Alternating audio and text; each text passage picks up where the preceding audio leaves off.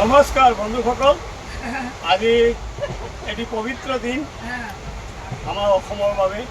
কাৰণ মহাপুৰুষ শ্ৰীমন্ত শংকৰদেৱৰ আজি তিৰুভাৱ তিথি।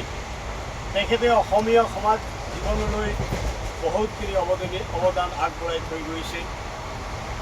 জাতীয় জীৱনত কলা সংস্কৃতি সাহিত্যৰ দিশত তেখেতে যথেষ্ট অৱদান আগবঢ়াইছে। গতিকে তেখেত এনে এজন মহান গুৰুজনাক আমি সোঁৱৰণ কৰিব লাগিব।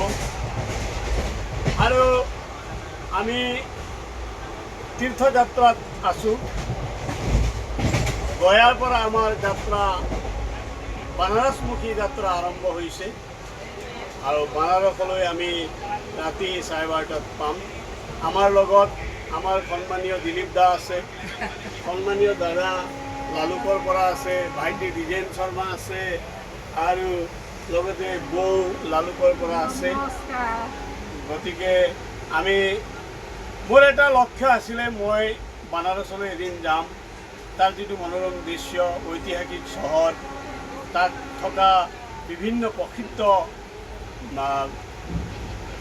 যিবিলাক স্মৃতিসৌধবিলাক আছে, তাত চোৱাৰ মোৰ এটা লক্ষ্য আছিলে। বানাৰস এটি প্ৰসিদ্ধ ঠাই, বুৰঞ্জী প্ৰসিদ্ধ ঠাই। তাত হিন্দু সংস্কৃতি, বৌদ্ধ আৰু জৈন সংস্কৃতিৰ মিলনভূমি বুলি ক'ব পাৰি। তাত যিটো শিৱ মন্দিৰ, শিৱদৌল আছে, আটাইতকৈ প্ৰসিদ্ধ।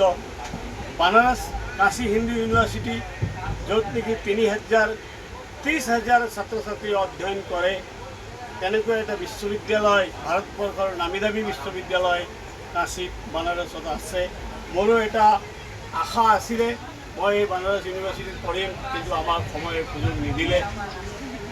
আৰু আমি তাৰ বিভিন্ন মনোৰম ঠাইবিলাক দৰ্শন কৰিম বুলি আশা ৰাখিছোঁ। আজি ইমানেই। যদি আপোনালোকক মোৰ ভিডিঅ'টো ভাল লাগে, আপোনালোকে শ্বেয়াৰ, কমেণ্ট আৰু লাইক কৰিব। ধন্যবাদ।